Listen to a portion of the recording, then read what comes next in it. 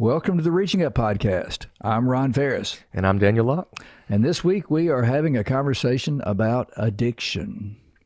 Yes, we are. Addiction. Mm-hmm.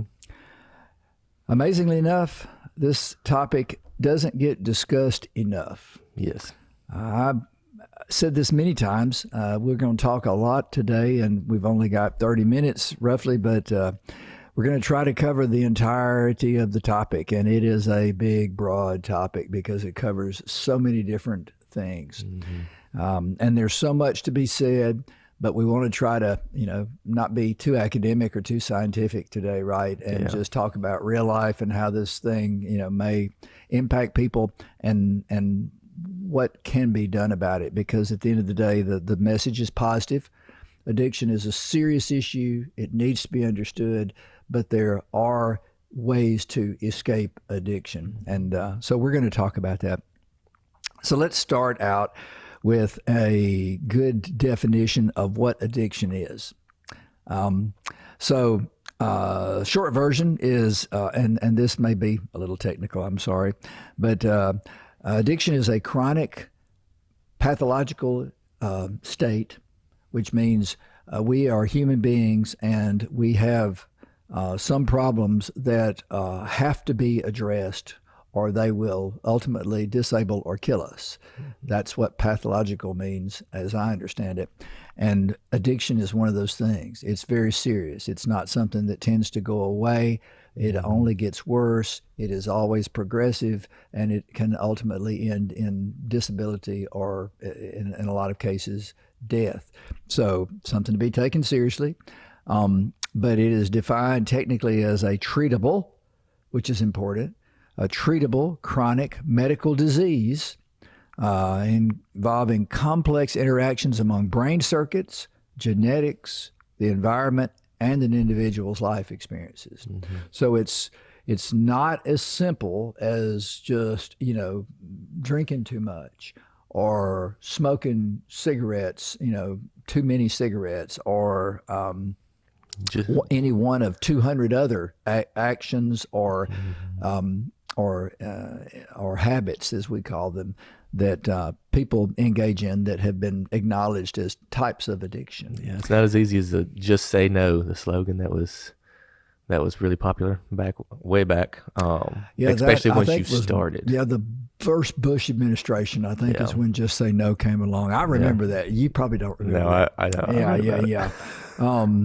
I watched George Bush dance one time at a barbecue restaurant in Houston, Texas. My wife and I were there, and B.B. King was playing Lucille in the room. There was also an 80-year-old woman there smoking cigars and drinking whiskey, and I'll never forget that. Not Barbara Bush, but my goodness. So back to our topic. Yeah. So people with addiction use substances or engage in behaviors that become compulsive. Mm-hmm. That's where it becomes an addiction, is if you repeat it over and over again. Yeah. And they often continue despite the harmful consequences. Yeah. That's another simple marker of an addiction. So an addiction is something that is basically a habitual bad behavior or the use of substances that ultimately are bad. Mm-hmm. So that's sort of a simple definition. Mm-hmm. Formal addiction, there are lots and lots of discussions about addiction, and oddly enough, or maybe it's easy to believe, the scientists don't all agree on how addiction works. They don't even agree what addictions are, which is interesting. But it is, by one definition, a primary chronic disease, again, that word disease, of brain reward, motivation, memory, and related circuitry.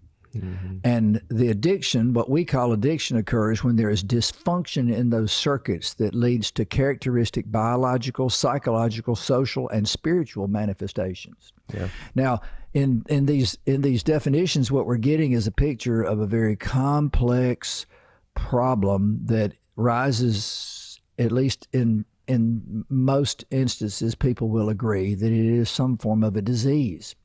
Mm-hmm. Now, if I have cancer, then if I don't get it treated, it's going to kill me. I mean, in most cases, rarely does it go away by itself. Yeah. If I have kidney disease, if I don't take action, I'm going to die, and on and on. Diseases kill human bodies. That's what they do.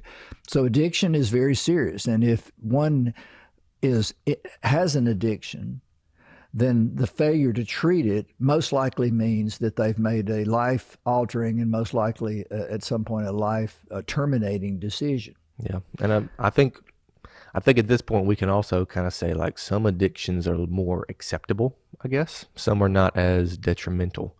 Like if you've got a caffeine addiction, that's a little better than a cocaine addiction. I think we can agree on that. But I think I like, so Gabor Mate, and I might have butchered his name. He's a Canadian psychologist, and I liked his definition. He does a lot of work. He's got a lot of books. He does a lot of research on it. But his definition kind of summarizes a lot of what you just said. And his addiction is any behavior that a person craves, finds temporary relief or pleasure, but suffers negative consequences as a result of, and yet has difficulty giving up. So you do something that you crave because you want to have temporary relief from something, and then there's a negative consequence to it. Mm-hmm. And it can be gambling, internet use, work, shopping, eating, and sex. Like and add in any other one you want, but it's something that you do it out of compulsion, and then there is a negative consequence. And so, I think I like that definition a lot. Yeah, well, I mean, honestly, it's talking about something that's very prevalent. And as I have gotten older, I am meeting more and more people who are dealing with addiction. I've chosen to use a lot of my spare time to work and try to help people who are struggling with addiction because it is so prevalent. And it does cover so many areas. And everything you just mentioned really makes a lot of sense to me because I've seen it over and over and over and over again. So let's talk about the prevalence of addiction just to put a little bit of maybe context around it. So as of 2021, the last study I could find, roughly 44 million people that are 12 or older that were surveyed by the National Survey on Drug Use and Health in the United States needed treatment for addiction to alcohol, nicotine, or other drugs. The groups with the highest number of people were 18 to 25 years. Over a quarter of that 44 million were between 18 and 25. American Indians and Alaskan Natives are very high. They're almost 30%, which is an amazingly high rate of addiction among Native Americans and Alaskan Natives. But listen to this, only about 10% or just around 2 million actually receive any form of treatment for addiction. So you've got 44 million roughly, and that number is probably bigger today, that have addiction, and only 10% of those people actually seek help. And of that 10%, not all 10% recover from addiction, which we call recovery.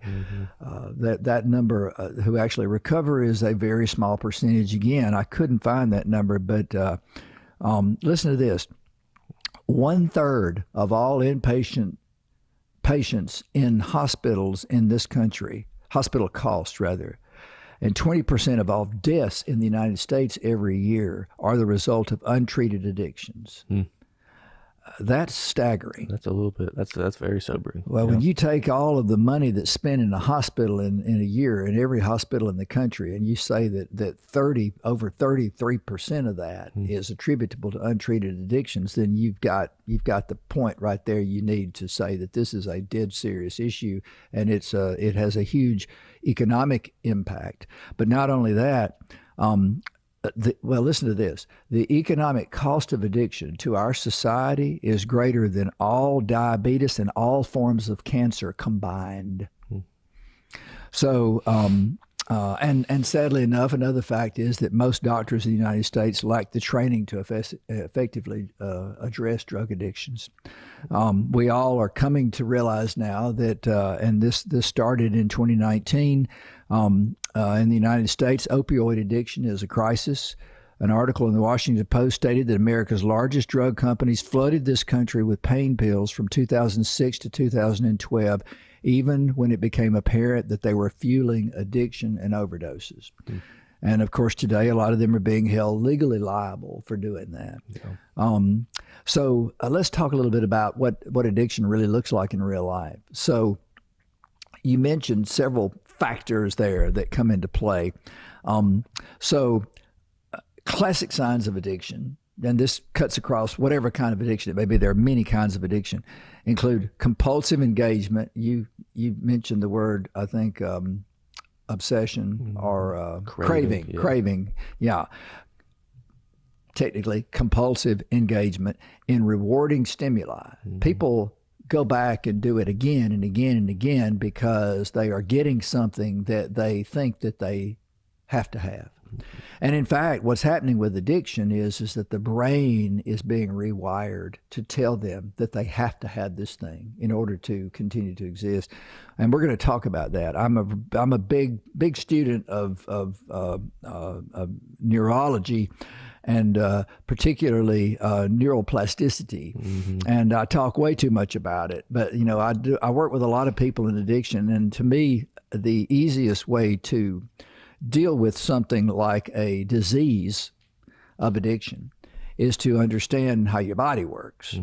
And that is a physiological reality that's pretty consistent with just about everybody that's dealing with addiction, whether you're a man or a woman, or whether you're old or young, or rich or poor, or Republican or Democrat, or Christian or atheist.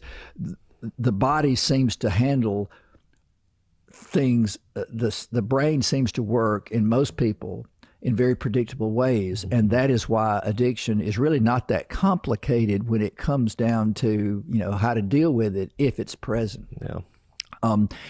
Habits are what we call those things. Habits are, let's have this conversation real quick. So habits, I'll just go ahead and get this out of my system because, everybody has to endure this if they talk to me about addiction. So a lot of what happens, what we call addiction, is really a physiological process. Your brain is designed to conserve energy. Your brain, and there are people like Andrew Huberman that do a great job in podcast of talking about all this stuff in inexhaustible detail. And they can teach you a lot. There are a lot of books on it.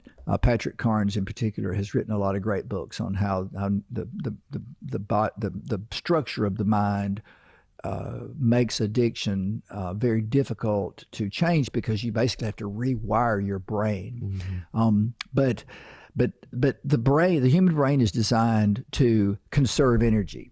And when we as humans do the same thing over and over again, and if you want to stop for a second and think, you do this, I do this, we all do this, everybody does this. We do the same things basically over and over again. You walk into a room, if you go to a meeting every day, people are going to sit in the same place. Over time, that's his seat, that's her seat. You know who's missing because they're not in their seat. I mean, you drive down the highway every day to work. Those days that you're off, you'll actually take the exit going to work, even though you're not going to work, because it's like something in your brain is just taking over. That is actually the system that the brain creates. So the brain is a physical structure, as we all know. You can take your brain out of you can open your skull up and there's your brain. You can take it out, right? Whenever your brain is functioning properly, it actually is looking for repeated behaviors so that it can build a structure in the brain that's called a neural pathway. That's sort of like a highway where I'm being very simple here. The impulses travel that highway. And there's a stimulus, something happens that I see. It may be that, I'm on the highway and I'm going down this particular highway and I'm seeing cues that I recognize, and I'll take that exit without even thinking about it because I do it over and over again. Well, what's happening is my brain has stored that as a neural pathway. And when I see this, this building, I know that my exit's coming up because it comes up every day, and I will take it. Because I saw that building. What's happened is that seeing the building started, this neural pathway. And once that nerve impulse starts traveling across that neural pathway, it's going to go that path over and over again, and it actually builds a physical structure.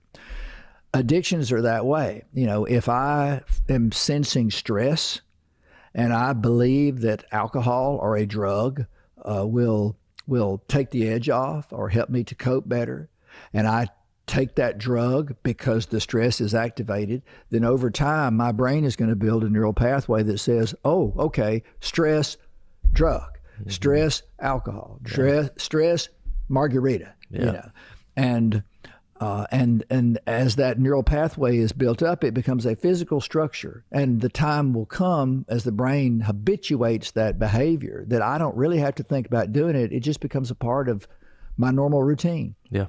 That's how addictions get started. And then once they start, though, here's the real kicker, is that our brain actually begins to be rewired so that behavior becomes an integral part of our existence.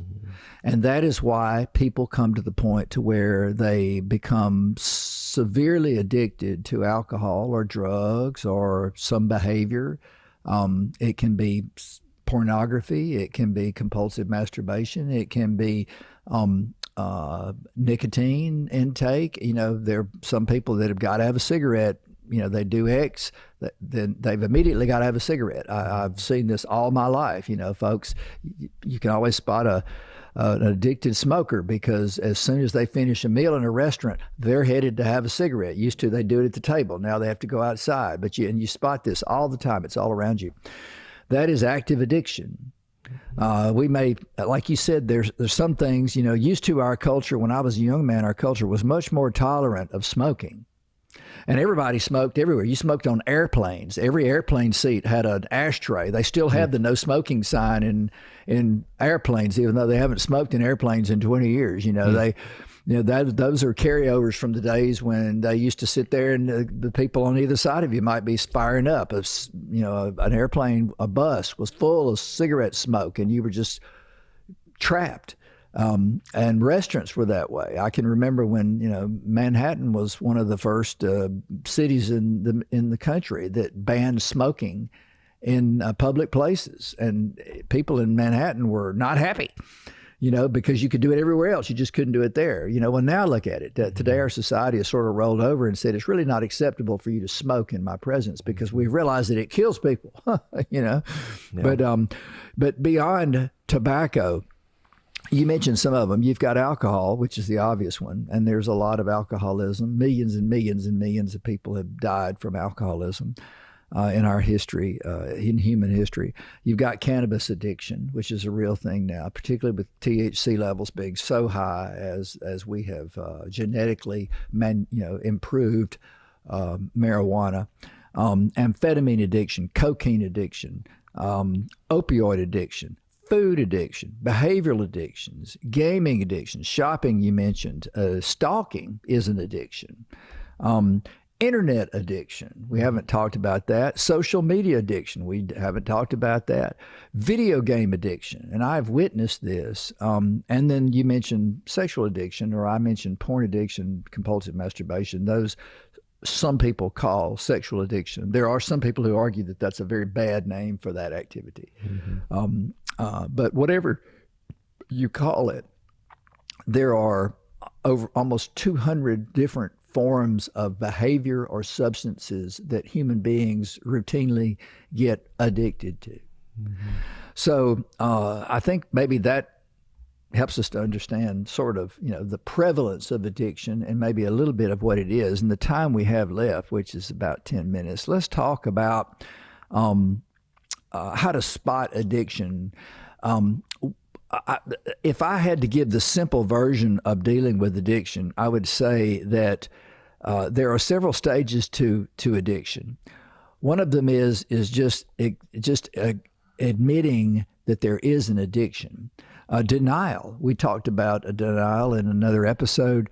Denial is one of those things that is very prevalent with addiction. There are a lot of people who are fully engaged in addiction, and they probably do know it, but they are unwilling to stop and face it. When anyone that's dealing with addiction chooses to do so through the use of one of the 12-step programs, the first step is to admit that they are powerless over the addiction, over the substance, or over the thing, whatever it is, and that their life has become unmanageable. Because inevitably, along with denial, another inevitable part of addiction is typically going to be chaos. If you wake up and your life, you just realize that when you are honest with yourself, that you have lost control of whatever it is, your ability to work effectively, your ability to be present in a relationship, your ability to be a good parent, to go to work and function well at work, that is the definition of chaos. And that is one of the true marks of addiction, active addiction. And the first step of all the 12-step programs makes you admit the first step, they say the first step is the only one they have to work 100%, is to acknowledge that they are powerless over that thing. The second step is to acknowledge that they come to believe that a power greater than themselves can restore them to sanity. Now, what that says is that when they're in that first stage of powerlessness and chaos, they are essentially insane. What's the definition of insanity? Doing the same thing over and over again and expecting a different result. Yeah, that's addiction. Yeah, and I think a lot of it can, and you said it, like it can look different, so sometimes it's harder to recognize it, but like different generations, you focused a lot on like smoking. And so for me, like that's less of something that we talk about, I guess, in our generation, right? So like, and you can kind of see it kind of skips a little bit. Each 10 years there's something else that we go to that's a little more socially acceptable. Maybe we haven't talked about it, so it is socially acceptable, and then we use it. And so I think I'll go back to Gabor Mate because he's really good, but one of his things is like he views addiction. I like the way he views it a lot of times, but he views it as an attempt to solve a problem, or and it can primarily the problem of emotional pain, overwhelming stress, lost connection. That's a big one, and loss of control or deep discomfort with the self. So you kind of mentioned that, and so it's trying to figure out if we can think of it like that, and hopefully that helps people be less in denial. I know in my case, that helped me. And so it's like, if you can, recognize that you're not just a problem who has a problem. You're someone you're trying to solve a problem. And if we can think of it like that, and so I think looking at it, you can see, and I don't know what it's going to look like in 20 years. I can't wait to see the research of all the kids who now have phones or iPads, who have access to high-speed internet and all that comes with that, and text messages. There's already a bunch of stuff about you get dopamine as soon as you get a text message, and like social media, like that kills your dopamine when you see what other people are doing that's so good, so bad. And I like how you pointed out. Andrew Huberman does a really good job of explaining it in a bunch of detail. And then there's a really good Mel Robbins podcast that she had Gabor Mate on her podcast, and he explains it in detail, and I would highly recommend it to anybody. But I think going back to where you were going with that is the idea of if it has consequences, I guess. So everybody, I think it's naive to think that you aren't addicted to something, because I think I truly believe that everyone is addicted to something. And some of them are more acceptable, and some of them are not. So I think it's more acceptable to be a workaholic and to make a lot of money in our culture, because a lot of times we see that as good. Man, he's hustling. That's a good thing. He's made money. Like, we almost respect that without seeing what that person gave up or what their family gave up for them to get there. And so I think that looks differently than somebody who's addicted to alcohol, who come home and is abusive. Like, that's not acceptable.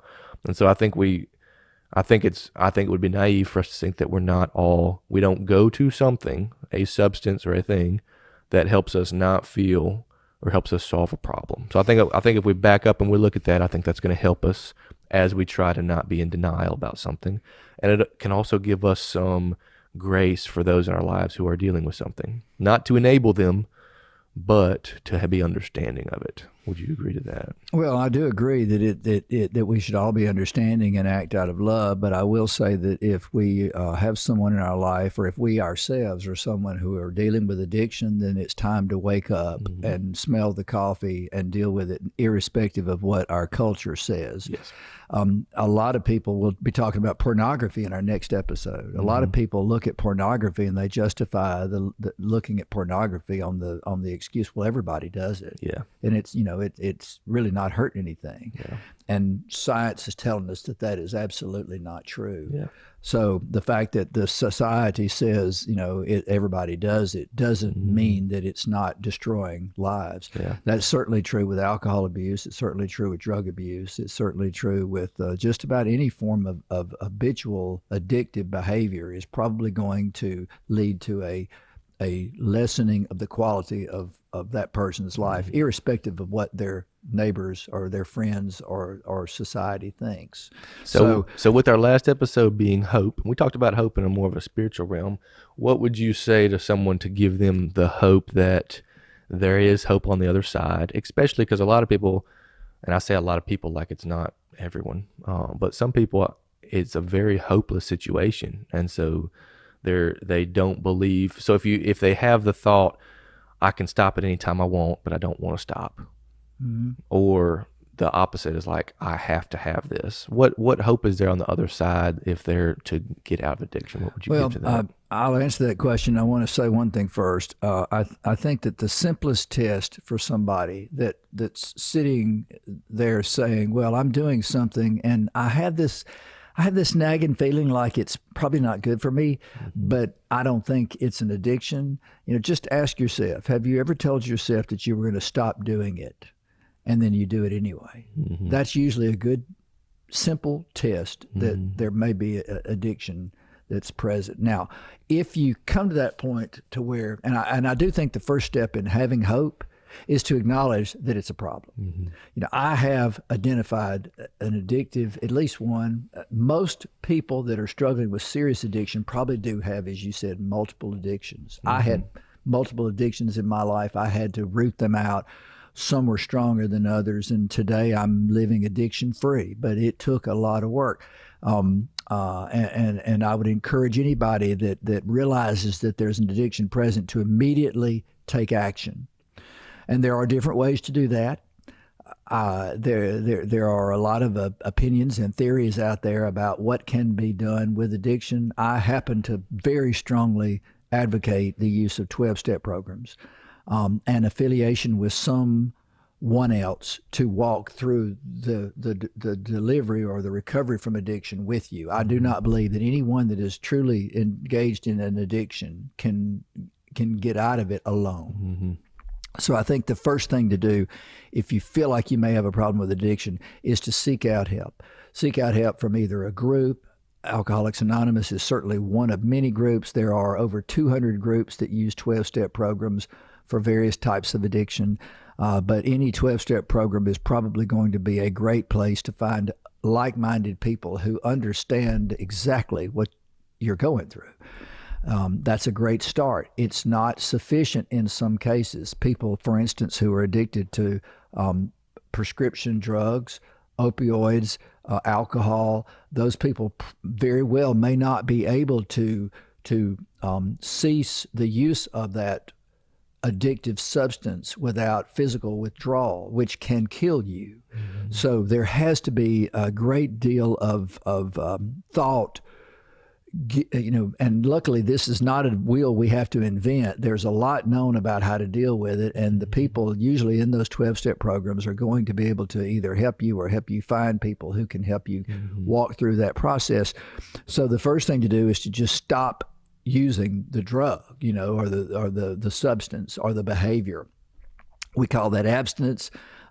People like Patrick Carnes teach that you have to have at least 90 days of complete abstinence to actually begin to rewire the brain from craving that particular thing. There's a lot we could say about it. The big book of Alcoholics Anonymous has a section called The Doctor's Opinion. I would encourage anybody that thinks that there may be any addiction in their life to go read that. It talks about the fact that that the human mind will create this craving for something, but that craving is preceded almost always in addiction by an obsession. I can't stop thinking about smoking that cigarette. I can't stop thinking about having that drink. I can't stop thinking about smoking that joint as soon as, before I do this, before I do that, as soon as I get off work or as soon as I take my break or whatever. And those are addictive processes, but that is an obsession. We're thinking about it until we can do it, and then we're thinking about the next time we can do it. That's what obsession does. That obsession is a function of the brain because it has become used to this particular thing, which, as you said, releases dopamine. And the whole idea is that, I want dopamine.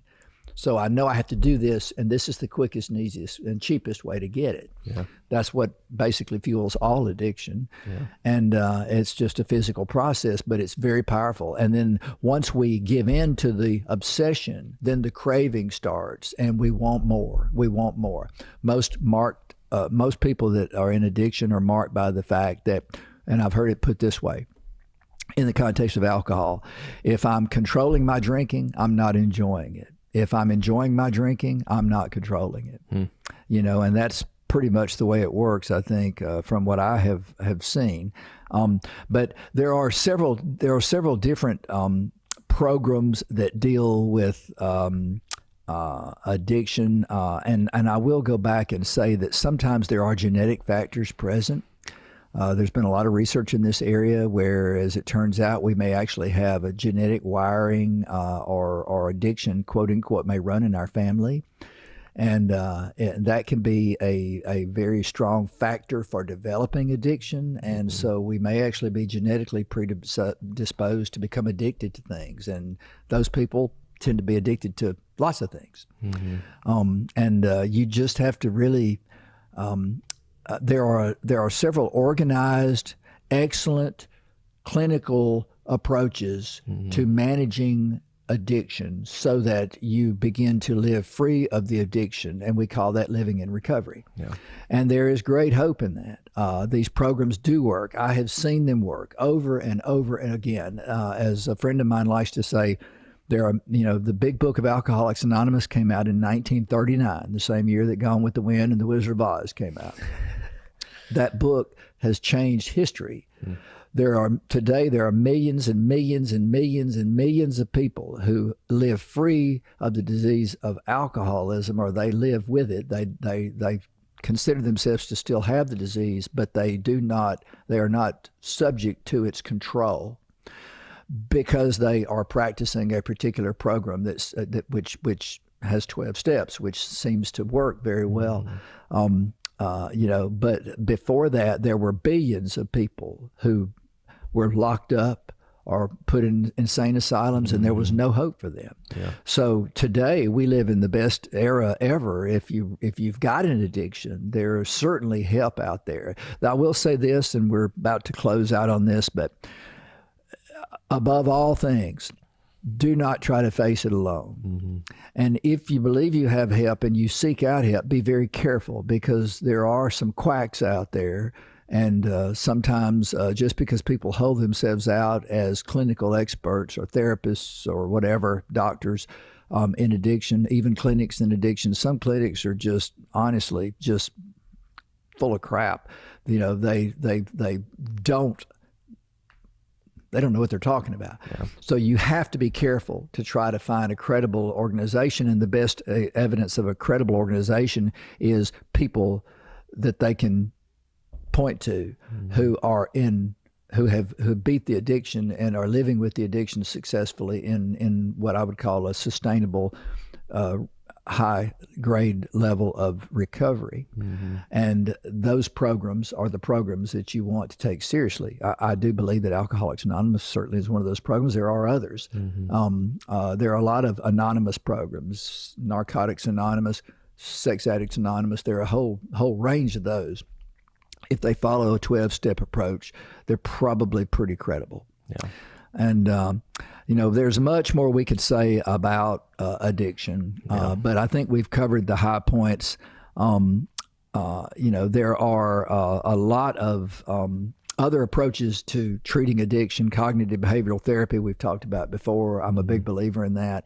That helps sometimes to deal with the correction and addressing of traumatic events that have impaired the way that we process our reality. And a lot of people, as you said, use addiction to cope with something. And it's just really, in that sense, a malcoping mechanism. It's one way to cope, but it isn't a healthy way to cope. And ultimately, it's a destructive way to cope. There are healthy ways to cope, and you have to learn what those are. Sometimes it's as simple as learning to just talk to friends that you trust, take a walk, get a dog, you know, whatever. I think at the end we'll hit the disclaimer that we are not therapists, and but we recommend clinical help in a lot of situations. I think what we're trying to do is also just give hope and put names to it. If you've never dealt with this, never exposed to it, that hey, this could be an issue that affects you. I think I like these two quotes to wrap it up. Like, the journey of 1,000 miles begins with a single step. Recovery is not a journey, it's destination. So just taking that first step to look for the help. And then we said it before that the opposite of addiction is not sobriety, it's connection. So finding where that connection is, and it will look different for different people and different where you are, what you have access to, but finding that connection. And I like this one. I think this one kind of summarized a lot of what you were saying. You don't overcome addiction by trying to avoid the triggers. So you're not going to, if I always go to this gas station, I'm always going to buy this when I'm there. Like, that's not it. You don't overcome addiction by trying to avoid the triggers. You overcome it by learning how to respond differently to them.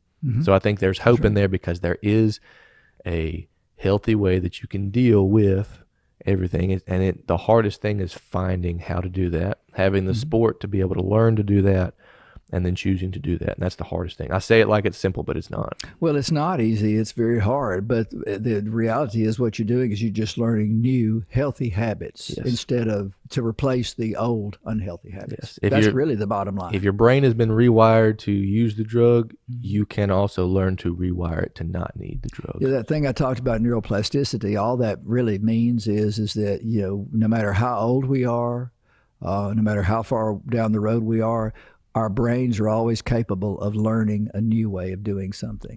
We build new neural pathways, and that's what recovery really is. There is hope in that. There is hope in that, great hope, and it actually it's the hope of millions of people around the world. And we hope that anybody that's listening to this podcast that's dealing or could be or thinks they may be experiencing an addiction, either in themselves or someone they love, there is hope, but you have to take action. Well, that's it for this week, this episode. We appreciate you listening to the Reaching Up podcast. If you're on YouTube, be sure and hit that like button. That really makes us happy. And while you're at it, subscribe, tap that bell button. Be sure you get our next episode when it first comes out. If you're listening on Spotify or any of the services, be sure and follow us. If you want to leave us a comment, we always appreciate that. We're very interested in what you think. Check us out on Instagram and Facebook. And if you want to send us an email, we'd love to hear from you. That email address is contact@reachinguppodcast.com. Thanks for listening.